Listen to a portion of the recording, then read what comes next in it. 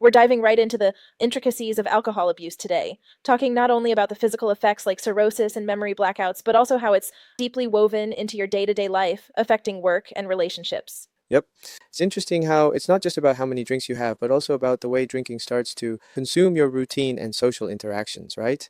Exactly. If you find yourself constantly thinking about your next drink or you're unable to stick to your plans to quit despite trying, it's a clear sign that alcohol might be, well, a problem. Hmm. And it's even more nuanced. For example, guidelines talk about standard drinks versus heavy drinking thresholds, which vary for men and women. Right? So, for instance, more than 7 drinks per week for women or 14 for men is worrisome, and heavy drinking has its own higher limits, like 3 drinks a day for women and 5 for men. These benchmarks really help put things in perspective, don't they? Absolutely. And it's like a built in alarm system. If you start exceeding these numbers regularly, it can signal that alcohol is taking over, not just physically, but impacting your mental Yep. health and behavior too.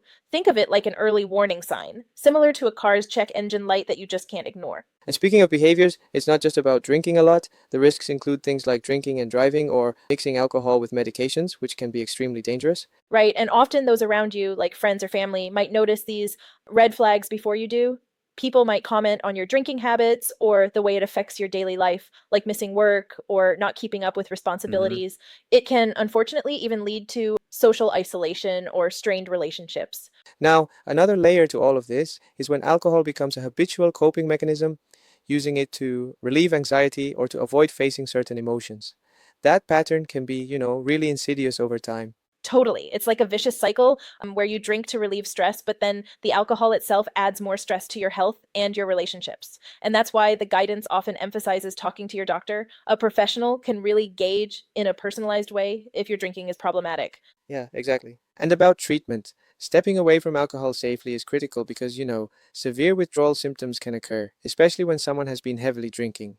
Right. Quitting isn't as simple as just deciding to stop. You need a plan, reaching out to your doctor, considering treatment programs, or even support groups like Alcoholics Anonymous. It's about Hmm. regaining control while staying safe during withdrawal. Now, I do see, however, that some might argue these thresholds are a bit too rigid. Like human behavior isn't always black and white. What's your take on that? Good point. While the numbers and guidelines provide a useful framework, they're not one size fits all. Individual circumstances differ, but they're still a helpful starting point for reflection. Yep, I Ultimately, it agree. pushes the idea of being proactive. If these guidelines ring a bell for you or those close to you, maybe it's time to consult a professional. That makes sense. And beyond the physical and mental toll, alcohol abuse can even ripple out to affect the well being of families and communities. Exactly.